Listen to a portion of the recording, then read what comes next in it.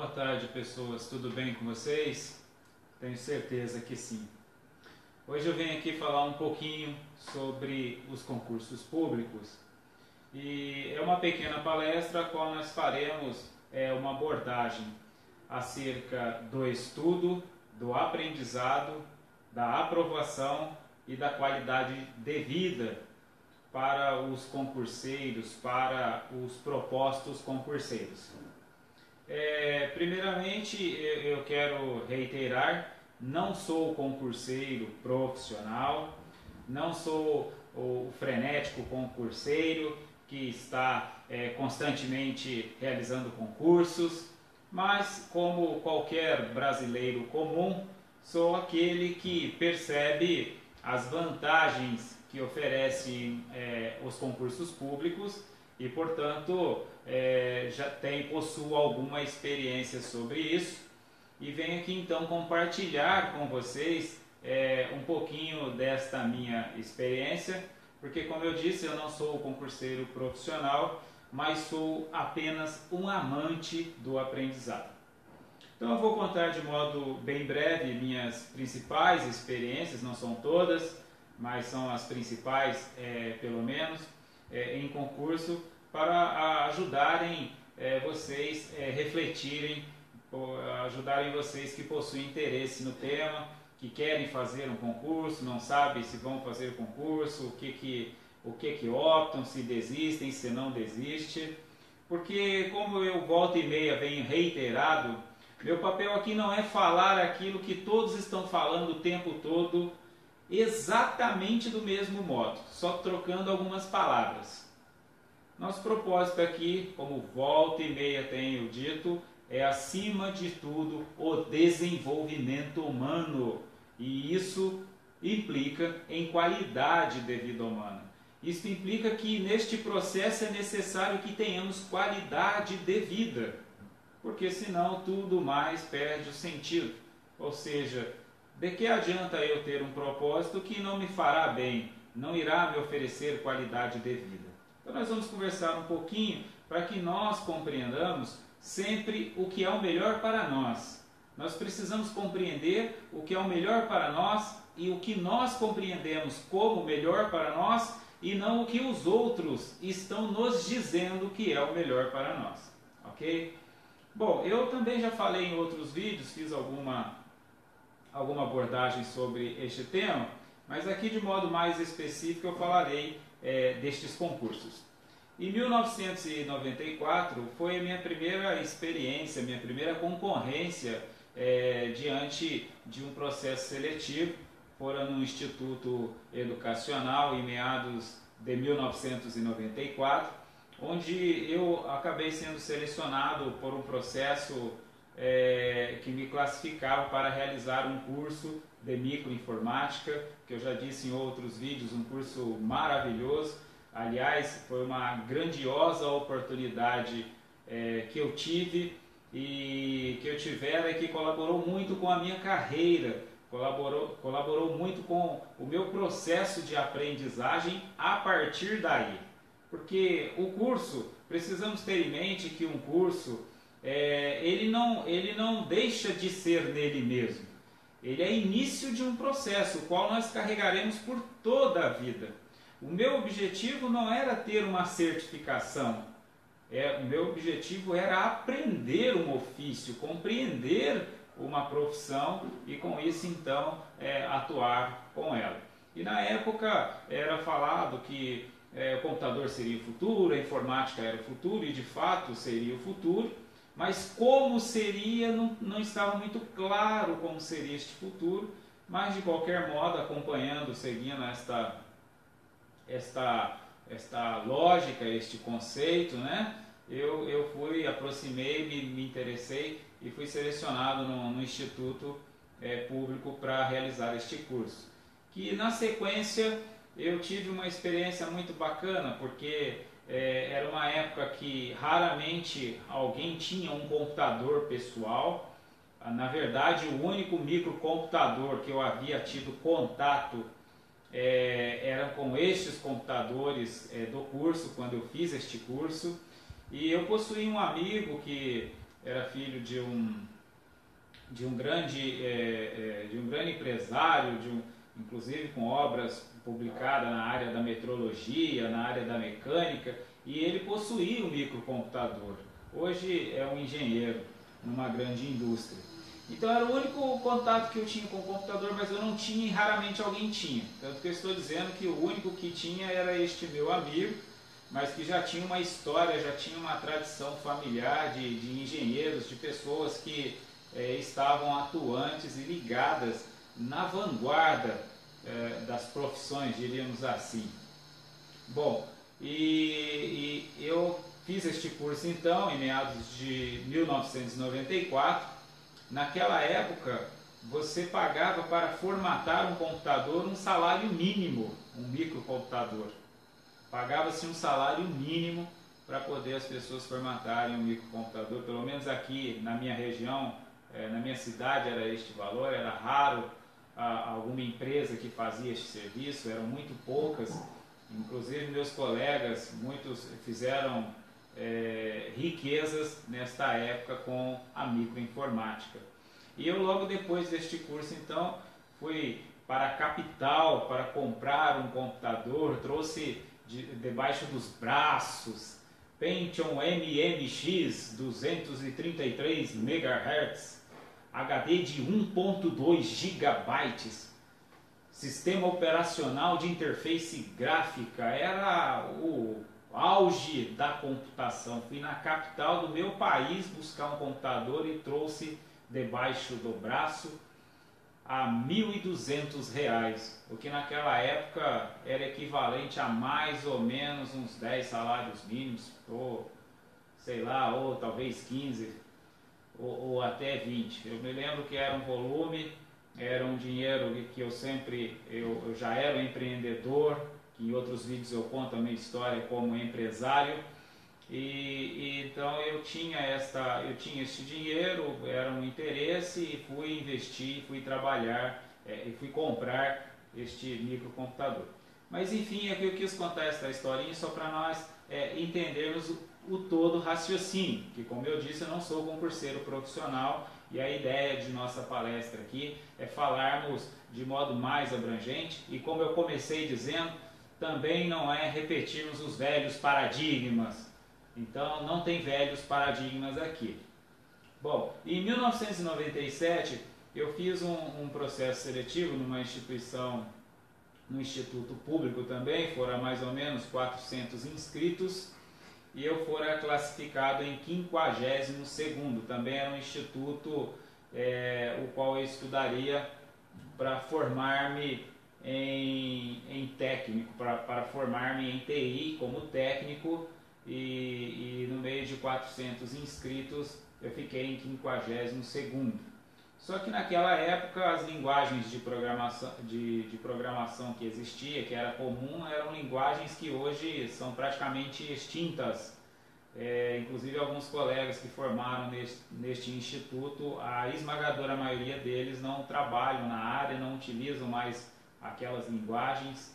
Na verdade, eu desconheço um que utilize aquele conteúdo daquele curso naquela época. Mas o que eu estou atinando aqui é que era um processo seletivo de 400 candidatos mais ou menos, era 80 vagas e eu fiquei em 52º.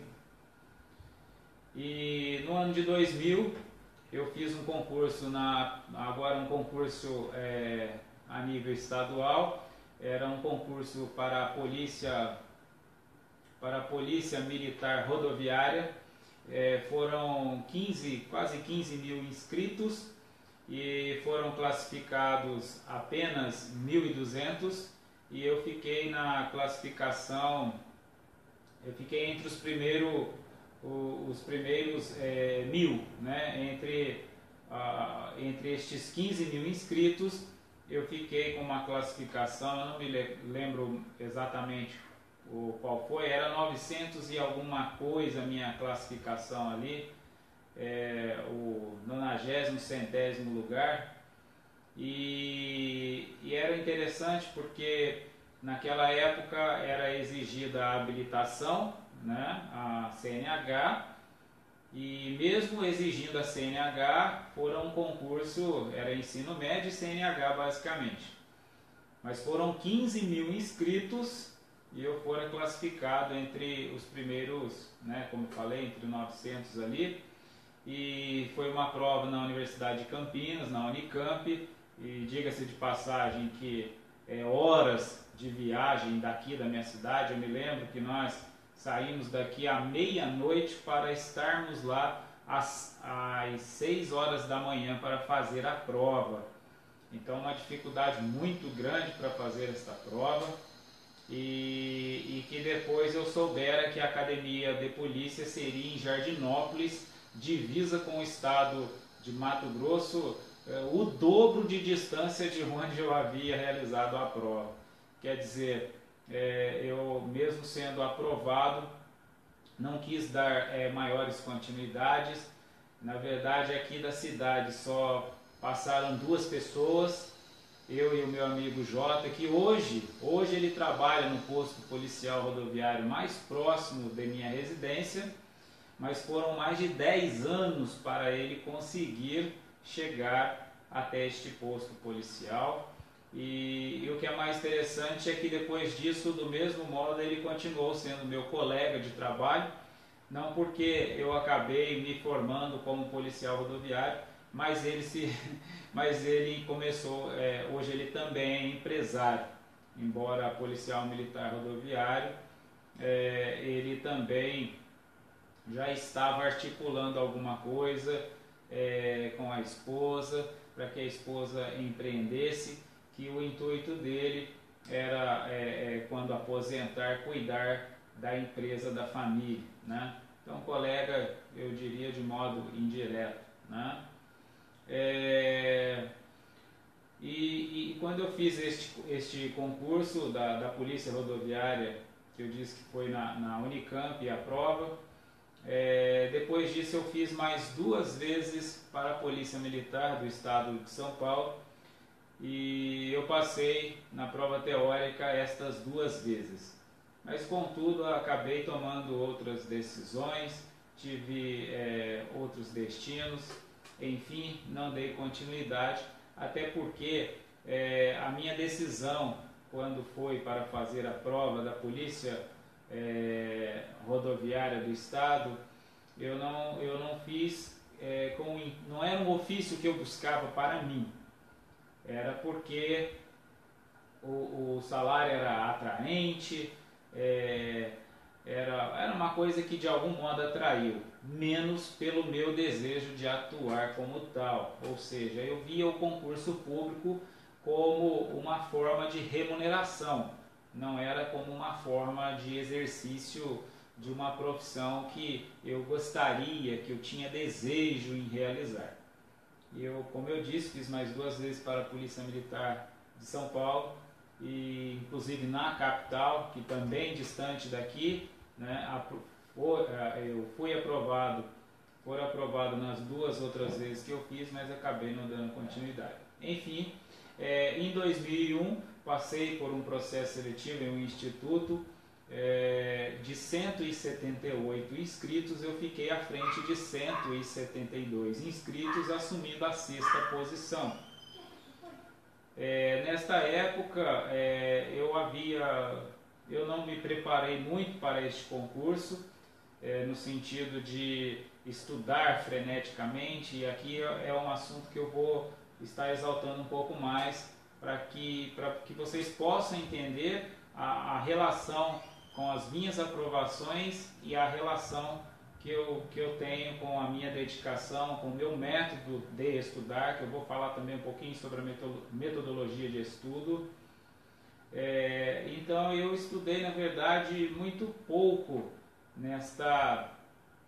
para este concurso, e mesmo estudando muito pouco, na verdade eu praticamente não estudei nada, eu só ajudei uma pessoa a estudar, e o fato de eu ajudar ela a estudar, eu acabei sem querer estudando, e isso me ocasionou a 6ª colocação e a aprovação desta pessoa que eu também estava auxiliando, né?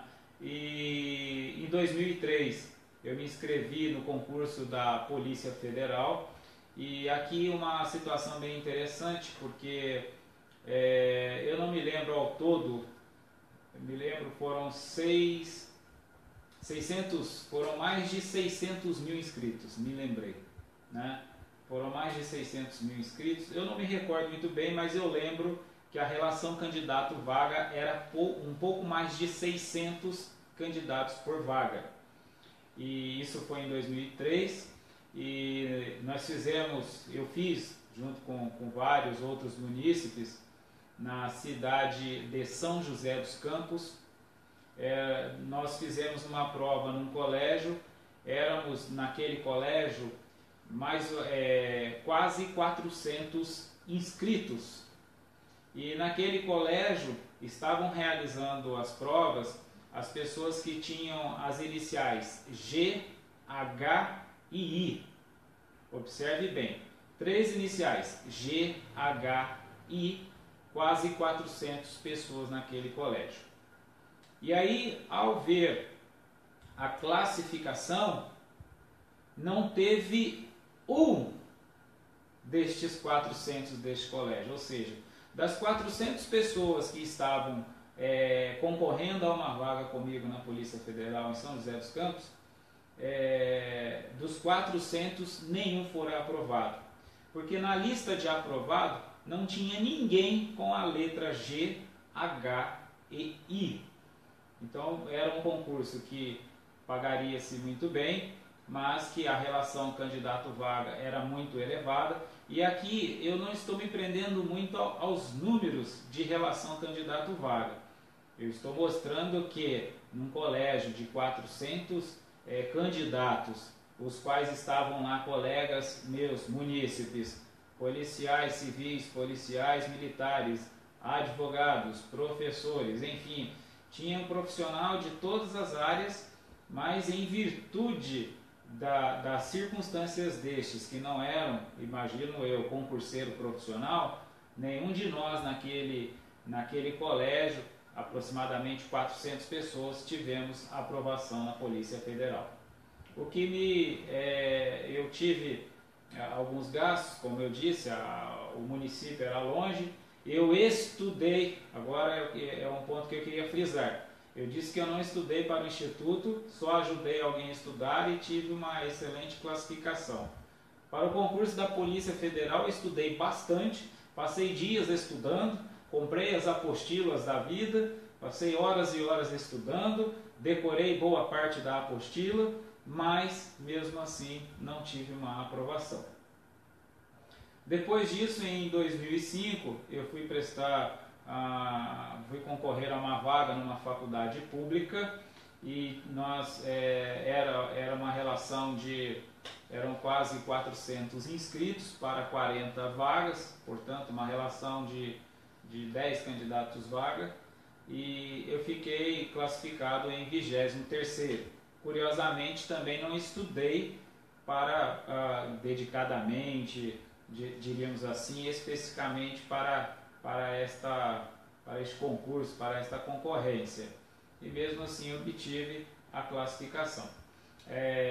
Em 2012 eu me inscrevi para o INSS, foram mais de 1.000 candidatos por vaga, mas por um motivo de saúde, na verdade eu tive um problema na vesícula e acabei no centro cirúrgico, tive que passar por uma cirurgia de modo emergencial e não pude participar deste concurso do INSS de 2012. Em 2015 eu me inscrevi num concurso público de uma prefeitura municipal, de um município aqui em minha região, e curiosamente o que me atraíram para este concurso desta vez, em 2015, fora o salário. Era R$ 4.500, ele exigia graduação em nível superior em qualquer área,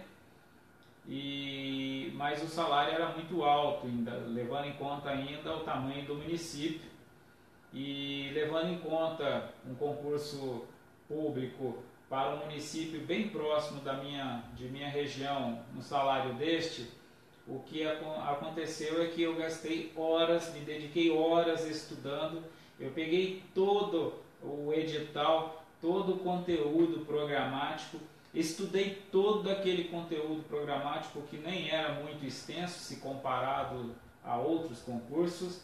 Eu praticamente decorei todos aqueles assuntos inerentes. Era um cargo de controlador e na verdade eu praticamente me tornei um especialista no assunto. Eu poderia ter exercido um cargo na Controladoria Geral da União, porque eu estava inteirado muito sobre o assunto naquele momento. Mas as perguntas foram em sua maioria sobre o município, sobre a história do município, e que embora eu havia estudado um pouco, eu não era natural daquele município, e por mais que eu tivesse estudado, qualquer munícipe daquele município que sequer tivesse estudado, que apenas frequentou um colégio público na cidade, com certeza ele acertou muito mais do que eu. Cheguei a acertar algumas porque via algumas coisas no próprio site da prefeitura. Eu havia navegado, estudado e sabia muitas coisas estavam no site da prefeitura, mas tinham outras coisas que infelizmente não estavam no site. Teria que conhecer um pouco da história do município e não, por eu não ser natural do município, não tive condições de responder. Mas o que é interessante é que eu estou aqui atinando pelo fato de que o que me atraiu fora o ganho, fora o salário, porque eu disse que a vaga era de controlador, não é minha área, não é uma área, embora eu estudei e dediquei, foi um assunto que não era assim da minha área, não me foi muito interessante, passou a ser interessante porque como eu sou amante do aprendizado, eu acabo me interessando por qualquer tema, mas obviamente não era minha área. Eu praticamente estava iniciando tudo, aquele tema, aqueles assuntos, eu estava ainda um mero iniciante. Em 2017 eu me inscrevi para um processo seletivo, o qual eu fora classificado em primeiro lugar, com nota 9.1, que sequer eu diretamente estudei algo para ter esta classificação. Mas foi simplesmente porque há 2 anos atrás eu tomei a certa decisão de simplesmente só estudar o que eu quero, de só estudar o que acrescenta em nós como seres humanos, de estudar algo que nos sirva para a nossa vida pessoal e também para a vida profissional, e que quando exercido te oferece condições de colaborar, de contribuir, sobretudo conosco mesmos, sobretudo conosco próprios. Então, não foi mais uma questão de altos ganhos. Eu, quando me inscrevi, não tive a menor preocupação, não queria sequer saber quanto seriam os ganhos. É apenas uma questão de altamente oferecer-se. E contudo, nós estudaremos disciplinadamente, dedicadamente, e aprenderemos de verdade o que é aprender. Observe que o que eu estou dizendo é que em minha história, minha boa relação com uma boa classificação e com um bom resultado estava sempre ligado quando algo de mim mais próximo estava envolvido. E que eu estou falando aqui, como eu disse, não sou concurseiro profissional, porque talvez alguns já se perguntassem, mas qual é a vaga no concurso público? Nenhuma me serviu ainda. E não é porque eu não fui aprovado. É porque, eventualmente, a qual eu fui aprovado, para mim não servira.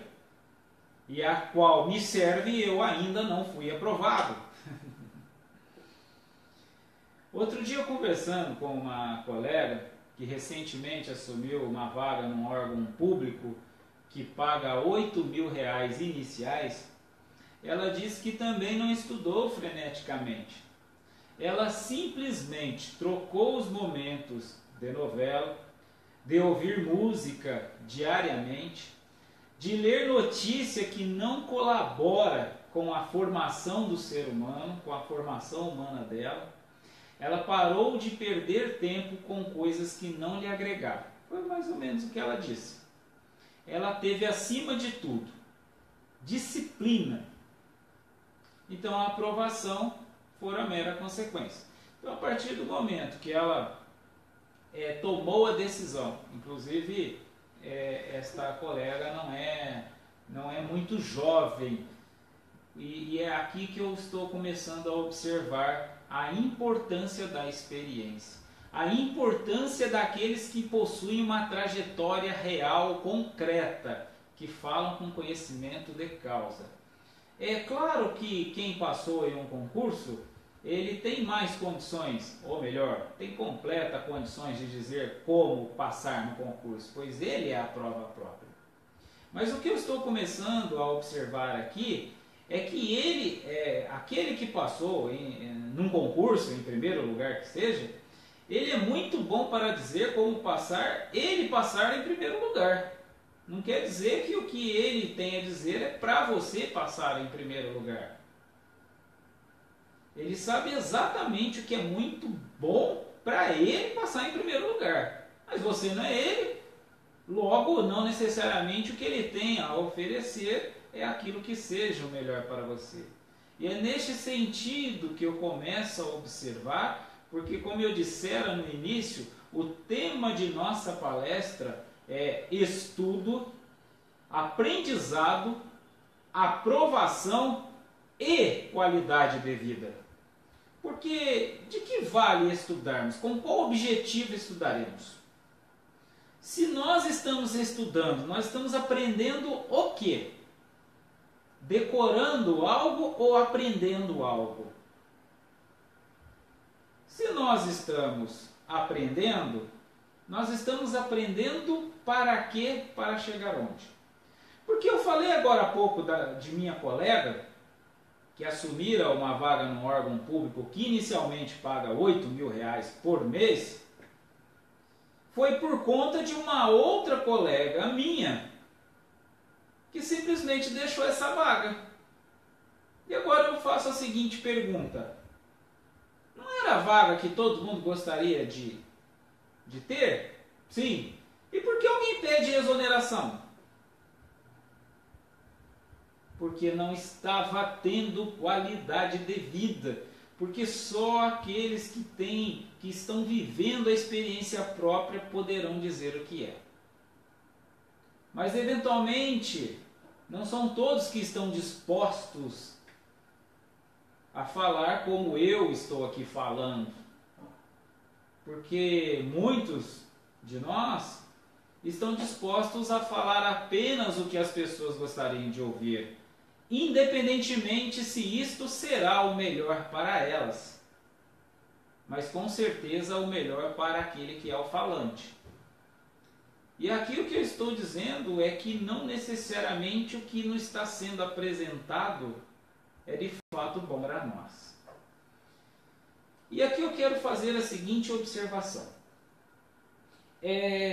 A disciplina para o concurseiro, de modo geral, é o que for a causa da aprovação. Não é o tempo de estudo, não é a área que escolher, é a disciplina. Porque a disciplina nos ajudará a discernir qual será o melhor cargo para nós. Qual será o melhor ofício para nós. Aliás, a disciplina irá me ajudar a compreender o que é melhor para o meu ofício profissional, que eventualmente não seria um cargo público, porque como eu estou aqui afirmando, uma colega ocupou uma vaga de uma outra colega, que pedira a exoneração há pouco tempo de se aposentar. Por quê? Porque diante de toda esta trajetória, vai, estude, faz concurso, lá, lá, lá, lá, lá, lá, a qualidade de vida foi deixada de lado. E aqui então estou comprovando que a qualidade de vida impera diante de todas as coisas. Porque senão nada disso faz sentido. Agora, voltando a falar um pouco de mim, sobre a minha trajetória em concursos, eu me inscrevi recentemente num processo seletivo que sequer me preocupei com quanto irei ganhar se aprovado for. Mas o que é curiosamente, que é curioso, é que eu também não me preocupei com a quantidade de candidatos vaga, né? Que isso não deve ser uma preocupação, de forma alguma. De forma alguma. Aliás, diga-se de passagem, que o concurso que eu fiz no município, uma das coisas que me animou muito é que não havia 100 inscritos. Ou seja, era uma relação candidato-vaga ótimo. Para mim, que já enfrentei 15 mil e fui aprovado, 100 inscritos para mim estava indo tranquilamente, mas não fui aprovado. E desta vez eu me inscrevi num concurso por desejo de executar aquele ofício, por vontade de executar aquele ofício. E que, embora não me interessa a relação candidato-vaga, mas eu já soube que é mais de 500 inscritos para 3 vagas. E que, como eu disse, não faz a menor diferença. Porque eu sou um só. Como disse uma vez o meu tio, também policial rodoviário, você só precisa de uma vaga. Então não se preocupe. Se tiver pelo menos uma vaga, aqui no caso tem 3, quer dizer, eu preciso de uma só, então está ótimo. Né? Mas o que eu estou mostrando é que o meu intuito é buscar a qualidade de vida. Eu me inscrevi ciente, sem perder o foco, que era manter a qualidade de vida. E na verdade eu sequer estou preocupado em passar ou não. Porque uma vez que nós objetivamos a qualidade de vida, o resto é mera consequência. Se for bom para você passar, você passará. Se não for bom, você não passará. Porque, como eu disse, é quando nós começamos a fazer as coisas de modo disciplinado, dedicado e com vontade, o resto é mera consequência. Bom, esta é nossa pequena palestra sobre concurso público, que eu quero encerrar finalizando, na verdade, sobre concurso, não apenas público, né? Embora concurso seja, em sua maioria das vezes, público, mas eu quero encerrar dizendo que estudemos sim, nos capacitemos sim, preparemos sim, mas não nos esqueçamos da qualidade de vida. Isso quer dizer que muitas vezes eu devo buscar a ajuda de um professor, de cursinho, de concurso, como muitos bons têm por aí. Eu sempre cito aqui, aliás, está em minha page de Facebook, HC Consultoria, uma de minhas figuras especulares é o excelentíssimo jurista Hugo Góes, professor de Direito Previdenciário, tem feito um trabalho maravilhoso para os concurseiros que pleiteiam uma vaga no INSS. E eu faço parte destes. Então, temos muitas informações importantes acerca dos concursos. Nós possuímos um grupo de concursos e concurseiros, e lá eu selecionei algumas figuras que foram aprovadas em concurso, inclusive algumas aprovadas em primeiro lugar. E o que é muito interessante é que, ao observar a história destes, eles não se mataram de estudar, não estudaram freneticamente, não sacrificaram a qualidade de vida para passar. Tem uma colega em especial, que ela tem um blog, que está lá no nosso grupo de Facebook, ela contando que ela sequer tinha boas notas na época da escola. Aliás, diga-se de passagem, que o nosso companheiro Albert Einstein, era um péssimo aluno de matemática. No entanto, ele é Einstein. E é isso que nós precisamos ter em mente.